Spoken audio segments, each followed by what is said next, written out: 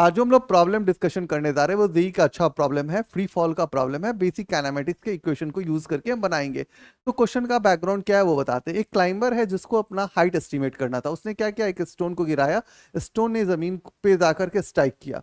Strike करने के बाद बहुत जोर से आवाज होता है और वेलोसिटी ऑफ साउंड को बोला गया कि इग्नोर कर दीजिए। जैसे ही उसने पत्थर को गिराया तो एक तो साउंड निकला और साउंड को उसके कान तक ट्रेवल करने में 2.5 सेकेंड लग गया। तो आपको पता करना है कि उस क्लाइंबर की हाइट क्या है। पार्ट बी जो है वो कहता है कि अब क्या करिए कि फिर से किसी से को उसको एस्टिमेट करना है। तो वो क्या किया, इस बार फिर से एक स्टोन को गिराता है। बट स्टोन जब स्ट्राइक करता है तो क्या होता है कि फिर से साउंड होता है और वेलोसिटी ऑफ साउंड इसमें दिया हुआ है 330 मीटर पर सेकेंड। तो फिर पता करना है कि क्लाइंबर का हाइट क्या होगा। ठीक है, तो एक में तो वेलोसिटी को इग्नोर करना है, एक में वेलोसिटी ऑफ साउंड दे करके फिर पता करना है कि जो क्लाइंबर है उसका हाइट क्या होगा। तो दो पार्ट्स है, दोनों फेज को हम लोग सॉल्व करते हैं। तो सबसे पहले बात करते हैं कि अपने पास एक क्लाइंबर है, क्लाइंबर को हाइट एस्टिमेट करना है। क्लाइंबर ने टेक्निक क्या क्या यूज किया कि क्लाइंबर ने ग्राउंड पे एक स्टोन को ड्रॉप कर दिया। ये स्टोन जा करके यहाँ पे ड्रॉप हुआ और स्टोन ड्रॉप किया तो मान लेते हैं कि ये हाइट जो है वो मेरा एच है। ठीक है, इनिशियल स्पीड 0 है। फिर इस स्टोन को यहाँ पे जब स्ट्राइक हुआ स्टोन, तो स्टोन से एक आवाज निकलती है और उसको उसके कान तक जाने में, क्लाइंबर के कान तक जाने में कितना टाइम लग गया, 2.5 सेकेंड। तो टाइम कितना दिया हुआ बालक, 2.5 सेकेंड दिया है, गिवन है। इनिशियल स्पीड कितना है, 0 है। एस्टिमेट करना है क्या, height, UT plus half G T square लगा दिया जाए। तो बहुत फंडामेंटल यूज कर रहे हैं। अब ये तो 0 हो गया भाई, एच इक्वल टू हाफ, जी का वैल्यू 10 और टाइम कितना लगा है 2.5 और इसका होल स्क्वायर। तो एच इक्वल टू कितना हो जाएगा, ये कैंसिल कर दीजिए तो ये 5 हो जाएगा और ये हो जाएगा 6.25। तो ये क्या हो जाएगा, 31.2 मीटर के करीब आ जाएगा।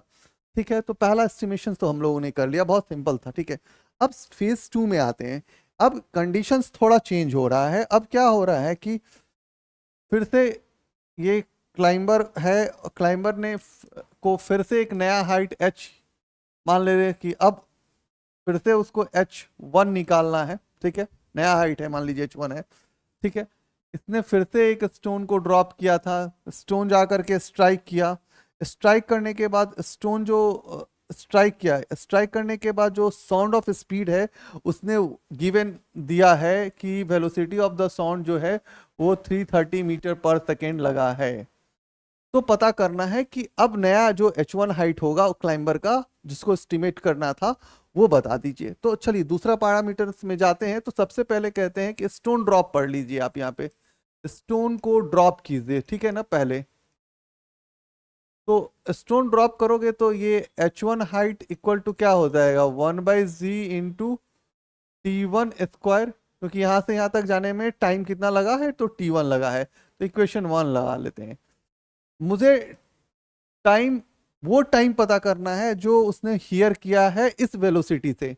ठीक है ना, तो अब आ जाते हैं कि टाइम T2 निकालते हैं। तो T2 बराबर क्या हो जाएगा, height divide by velocity of sound. ठीक है, अब हाइट मान रहे हैं H1, तो ठीक है। अब क्या करते हैं कि 330 इंटू T2 इक्वल टू क्या हो जाएगा, H1।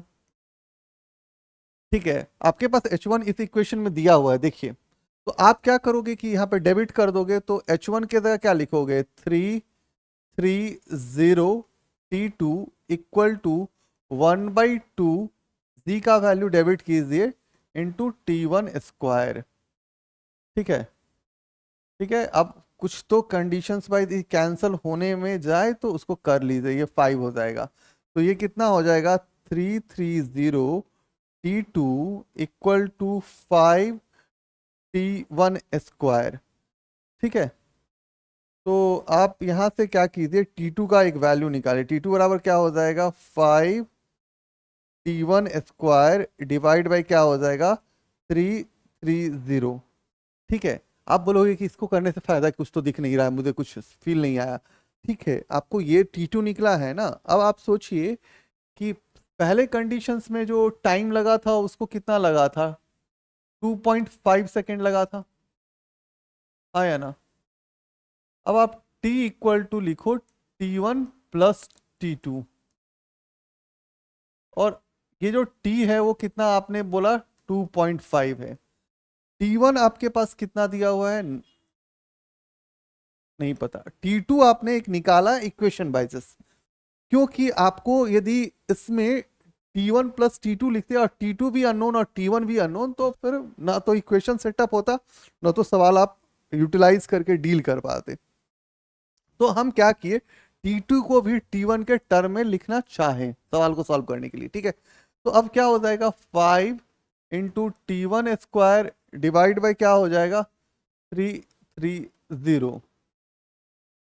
अब आप 2.5 लिखिए और यहाँ पे एलसीएम ले लीजिए कितना 330, तो ये क्या हो जाएगा 330 t1 प्लस 5t1 स्क्वायर।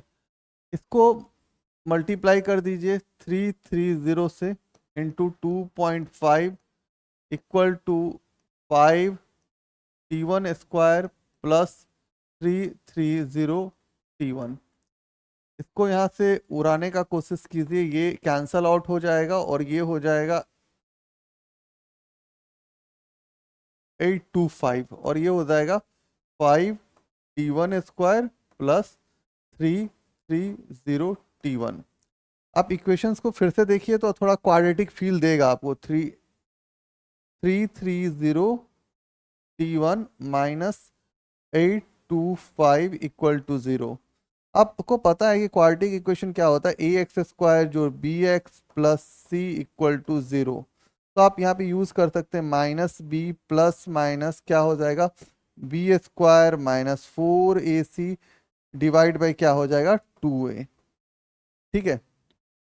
अब आप इक्वेशन को सेटअप कर दीजिए, इक्वेशन कितना कितना है, b के जगह कितना है, तो b के जगह है -330 प्लस माइनस बी स्क्वायर कितना हो जाएगा 330 का होल स्क्वायर प्लस 4ac, ए कितना है यहाँ पे 5 है, 5 इंटू सी कितना हो जाएगा, रूट को बढ़ा दिएगा, सी कितना है 825, बाप रे बाप बहुत बड़ी कैलकुलेशन दिख रही है।